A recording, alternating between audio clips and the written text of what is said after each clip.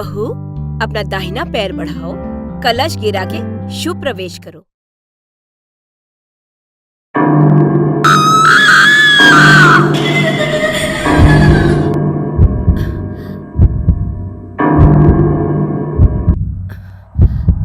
क्या हुआ बहू, रुक क्यों गई? कलश गिराकर अंदर गृह प्रवेश करो। भाभी अंदर आइए।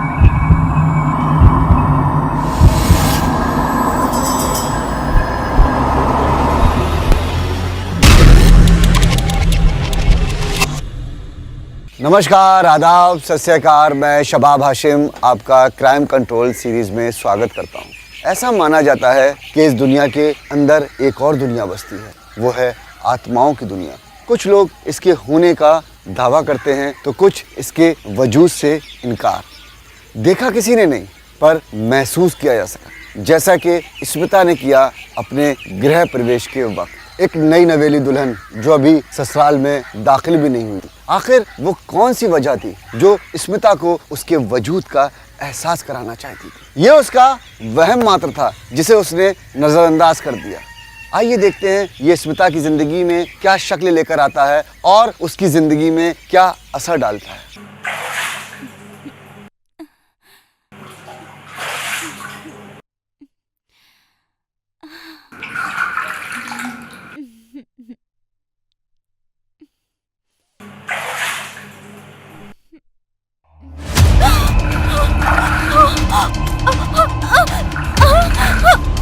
बचाओ! बचाओ! अरे कोई है! बचाओ! बचाओ! कोई है! बचाओ!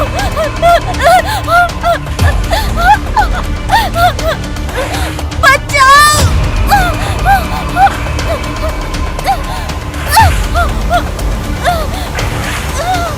क्या हुआ स्मिता, क्या हुआ? खून! खून? कहाँ है खून? मुझे निकालो यहाँ से।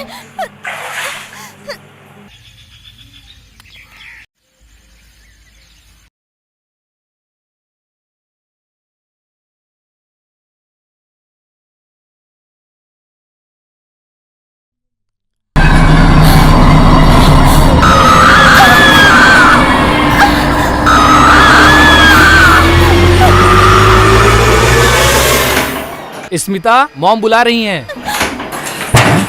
अरे तुम्हारे चेहरे पे इतना पसीना क्यों है? अरे वो चीखों की आवाज है। कौन सी चीखों की आवाजें? अरे संभालो अपने आप को, कुछ नहीं है। कल की तरह। क्या कल की तरह? मैं आपको कुछ नहीं है, रिलैक्स।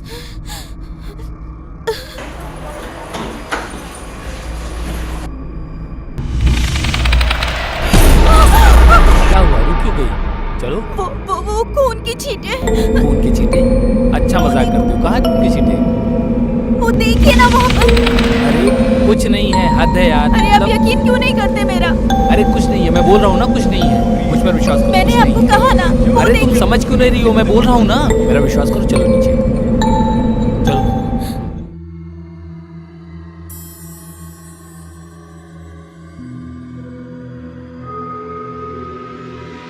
अरे बहू, ये तुम्हारे चेहरे पे इतना पसीना कैसे?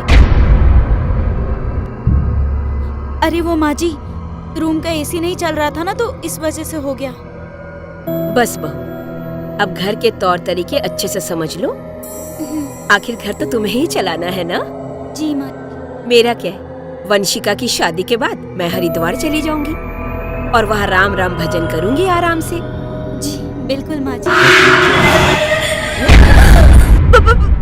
मम्मी, क्या हुआ? हाँ? क्या हुआ बहू?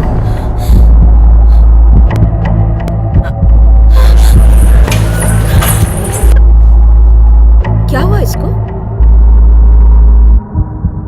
क्या मैं पागल हो रही हूँ? आखिर क्या वजह हो सकती है इसकी? पता नहीं, मुझे कुछ अजीब सा क्यों लग रहा है यहाँ पर। भाभी, ये देखिए मैं आपके लिए क्या लाई हूँ। आइए देखिए।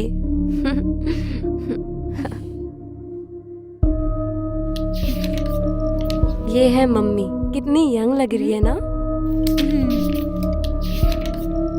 और ये देखो भैया, कितने हैंडसम लग रहे हैं ना।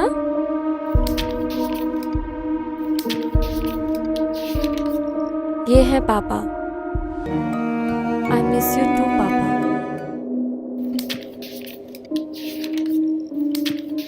ये मेरी कजन है और ये मेरी फ्रेंड है अरे देविका। एक मिनट, ये कौन है? ये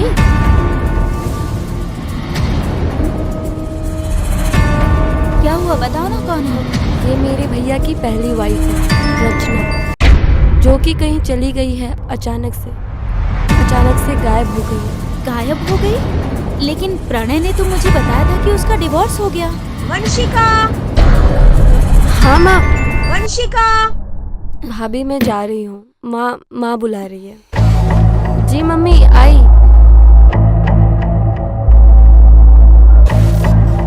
झूठ क्यों बोला?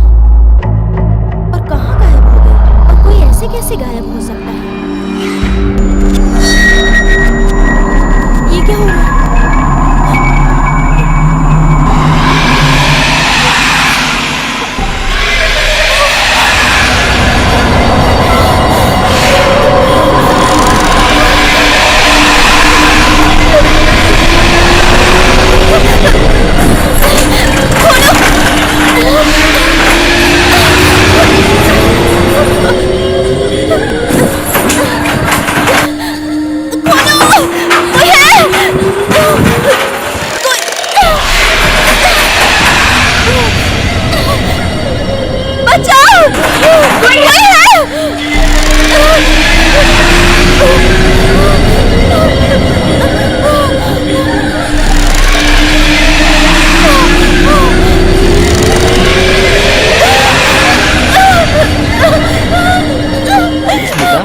ये कहाँ गई? अरे स्मिता, अरे तुम्हें क्या हो गया? अरे आंख तो खोलो, ऊपर तो देखो। अरे प्रणय हूँ, मैं हूँ। अरे सुनो तो।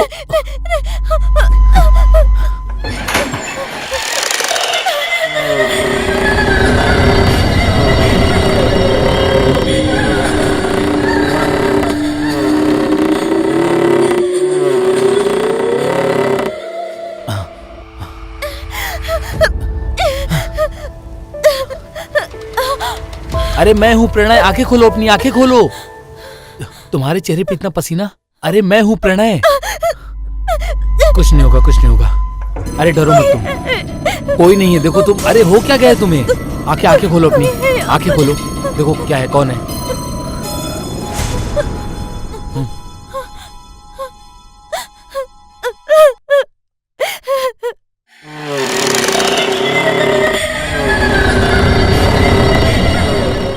अभी तक जो कांटा धीरे धीरे चुभ रहा था, उसका घाव उभर कर ऊपर आ गया। आखिर वो कौन थी जो सिर्फ स्मिता को दिखाई दे रही थी? और सबसे बड़ी बात कि वो स्मिता से क्या चाहती थी?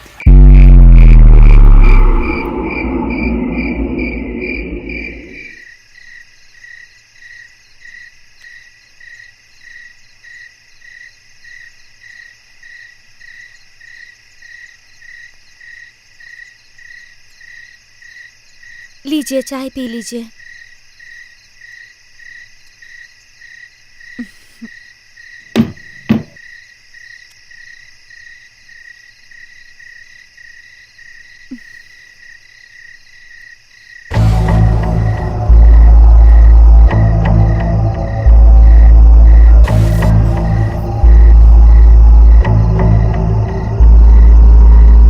मैं कुछ पूछूं आपसे?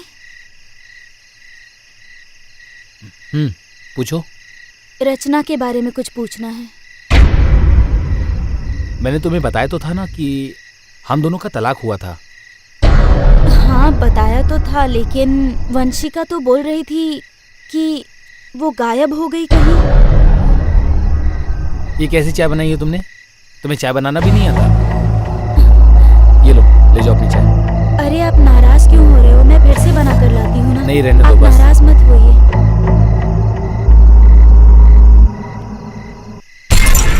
रचना के बारे में अभी ये क्यों पूछ रही है? मुझे पता है कैसे। कुछ तो गड़बड़ है।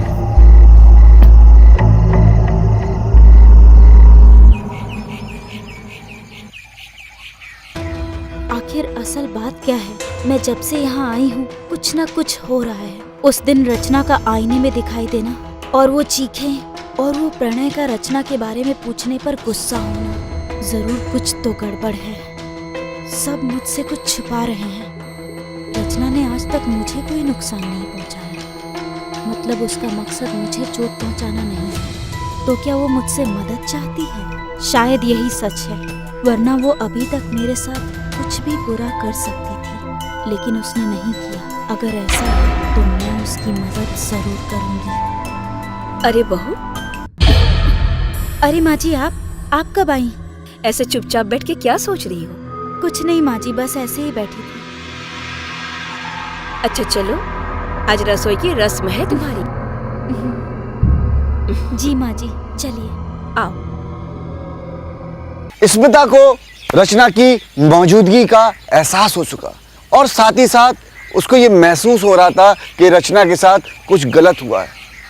स्मिता ने मन ही मन में ये ठान लिया था कि वो रचना की मदद करेगी, लेकिन सवाल ही उठता है, कैसे?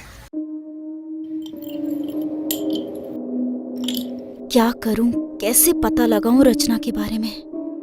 कुछ भी तो नहीं जानती हूं मैं। कुछ तो करना पड़ेगा, कुछ तो, वरना रचना की आत्मा मेरा पीछा नहीं छोड़ेगी। लेकिन क्या करूं?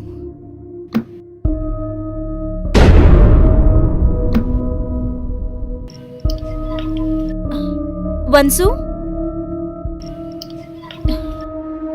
कुछ चाहिए था क्या खाने के लिए? नहीं, मैं बस पानी पीने ही आई थी। अरे रुको ना। जी भाभी जी। कुछ बात करनी थी। जी बोलिए ना, क्या बात करनी थी? अरे वो प्रणय की पहली शादी के बारे में। पहली शादी मतलब? मतलब मैं ये जानना चाहती हूँ कि मैं रचना से अच्छी हूँ या...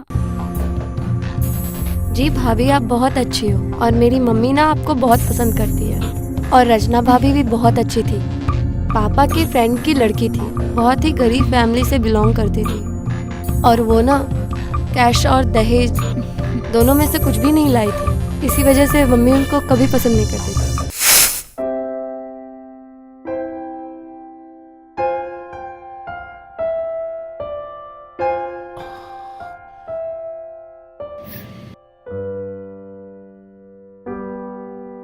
mom, I am getting late now.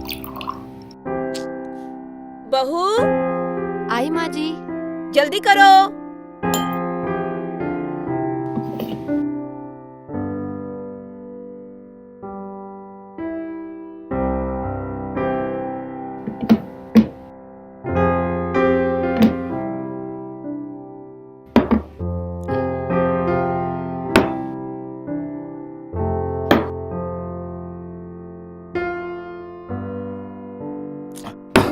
क्या मम्मी, ये चाय है? क्या हुआ बेटा? अब मैं और नहीं रुक सकता, बेटा मेरा हो गया बस। चाय तो पी लो। पापा आप तो बस रहने ही दो। क्या बहू, ये क्या है? एक तो महारानी की तरह सुबह सोती रहती हो, लेट उठती हो, ऊपर से कोई भी काम टाइम पर नहीं करती, और चाय भी ठीक से नहीं बनाई। कुछ नहीं हो सकता तुमसे। क्या मम्मी, आप भी ना भाभी को हमेशा डांटती रहती। तुम तो चुप ही रहो। अरे अब रहने भी दो। आप तो मुंह बंद ही रखो अपना। अरे ठहरो तो। अरे मम्मी, नाश्ता तो करके जाइए। अच्छा, रचना की कोई तस्वीर होगी तुम्हारे पास? जी भाभी जी, आपको उस दिन दिखाई तो थी। अरे वो कुछ क्लियर नहीं दिख रहा, तुम दिखाओ ना। जी भाभी। मुझे ये मेरे फोन पर सेंड करो। जी भाभी जी। Thank you. अच्छा, तो ये स्टोरी है। अब तो कंफर्म हो गया कि उसके साथ बहुत गलत हुआ है। तभी वो मुझे दिखती भी थी, लेकिन उसने मुझे कभी नुकसान नहीं पहुंचाया। इसका मतलब वो मुझसे कुछ मदद चाहता है। मैं उसकी मदद जरूर करूंगी।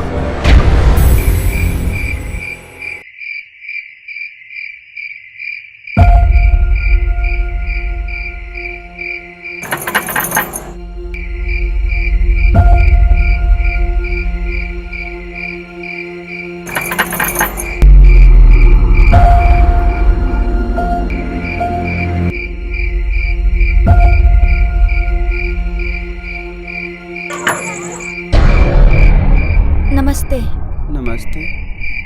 आप कौन? मैं स्मिता, प्रणय की दूसरी पत्नी। ओह, इतनी जल्दी दूसरी शादी भी कर ली उसने। मुझसे क्या काम है और यहाँ क्यों आई हो? आप रचना के।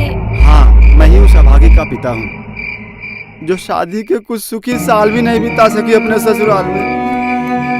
न जाने किसकी नजर लग गई मेरी फूल से बच्चे को। अरे अब रोइए मत, संभालिए खुद को। मैं तो बस जानना चाहती थी कि उसके साथ हुआ क्या था। भगवान जाने कहाँ होगी मेरी बच्ची। एक दिन उसके ससुराल से फोन आया कि वो मिल नहीं रही है, कहीं गुम हो गई है। फिर उसे ढूंढा नहीं आपने? बहुत ढूंढा हर जगह, पर पता नहीं कहाँ चली गई मेरी बच्ची। पुलिस कंप्लेन नहीं की? अब बेटी तो चली गई थी, अब क्या इज्जत भी दांव पे लगा देता। उसे गए हुए 4 महीने हो गए हैं, न जाने कैसी होगी मेरी फूल सी बच्ची। अपने पापा के बाद पता नहीं कब आएगी मेरी फूल सी बच्ची। कैसे बताऊं इन्हें कि अब वो वापस कभी नहीं आ पाएगी।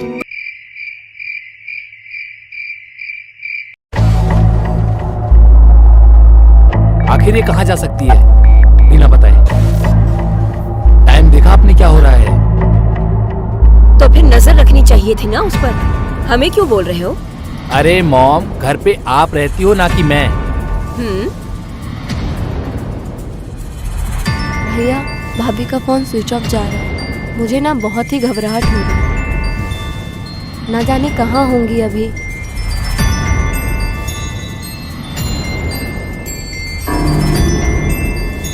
घबराओ मत, मैं रचना की तरह गायब नहीं होंगी।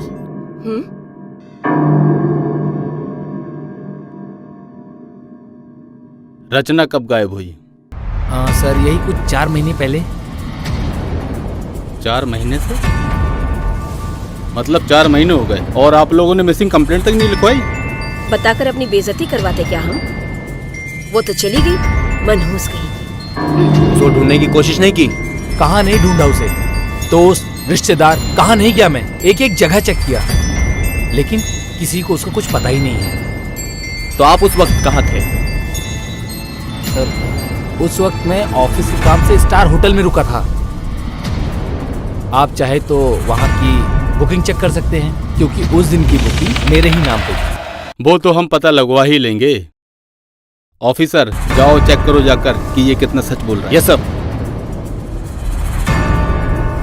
और मैडम, आप कहाँ थी उस वक्त? मैं अपने पड़ोसी के घर गई हुई थी। काश कि मैं उस दिन घर पर होती, तो आज ये दिन नहीं देखना पड़ता मुझे। और आप कहाँ थी? सर, मैं उस टाइम अपने मामा के यहाँ गई।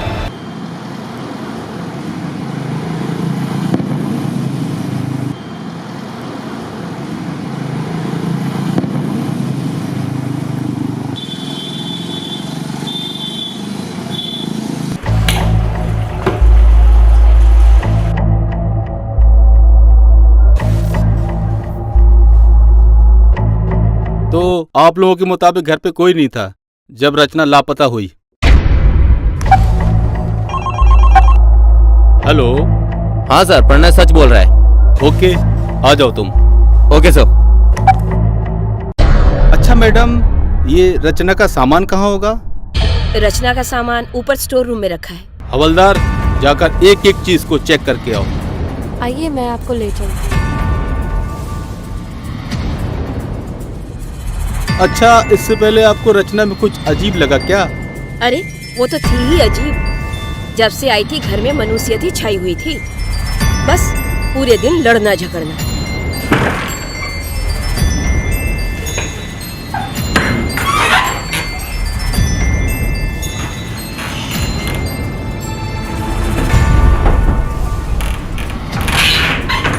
दरअसल इंस्पेक्टर साहब, उसकी और माँ की आए दिन खटपट होती रहती थी। तो क्या वो इसी वजह से चली गई? पता नहीं, शायद उसको कोई और अच्छा मिल गया हो। वो गई है या भेजी गई है, इसका पता तो हम लगा ही लेंगे।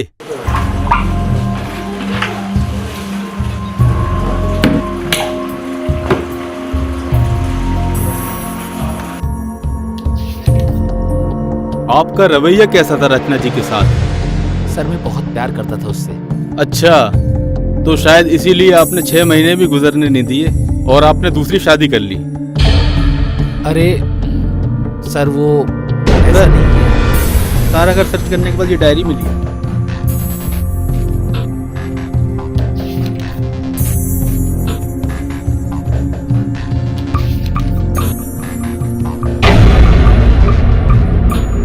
सच सच बता दीजिए, वरना ये तो सब कुछ पता कर ही लेंगे। तुझे तो मैं बताऊंगा जरूर।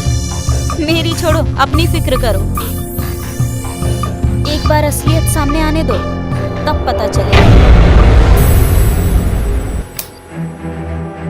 इसको पढ़ने से तो ये पता चलता है कि बेचारी बहुत तकलीफ में होगी। बहुत सारे दुख थे जो इन पन्नों पर लिखती है। क्यों लिखा होगा उसने आखिर ये सब? अरे क्यों दिमाग लगा रहे हैं साहब? भाग गई है वो। इज्जत से रहना रास नहीं आया उसको। छोटे गांव और छोटे शहर की लड़कियां ऐसी ही होती है। अगर उसकी कोई इज्जत होती तो वो हमारी इज्जत की भी फिक्र करती। पता नहीं कहां कहां मुंह मारती फिरती थी मनहूस। बस! मैं रचना हूं। मुझे मारा गया था। मैं कहीं नहीं गई। इन लोगों ने मुझे जहर देकर मारा था। मैं तड़पती रही, मुझे बचाने कोई नहीं आया। मेरी गलती सिर्फ ये थी कि मैं दहेज लेकर नहीं आई थी। इन लोगों की भूख नहीं मिटा सकी।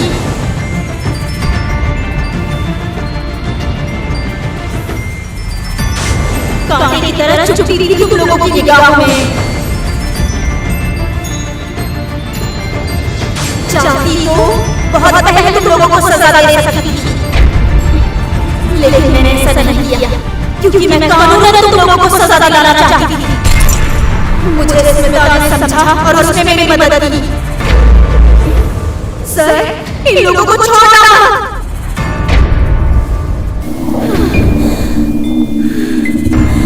देखा, हकीकत खुद ही सामने आ गई। दहेज तो तुम्हें हम देंगे थाने में। गुनहगार कितना भी शातिर क्यों ना हो, लेकिन जुल्म करने के बाद बच नहीं सकता। अब आप लोग शराफत से चलोगे या इसके लिए हमें खुद मेहनत करनी पड़ेगी? हवलदार, ले चलो इन्हें।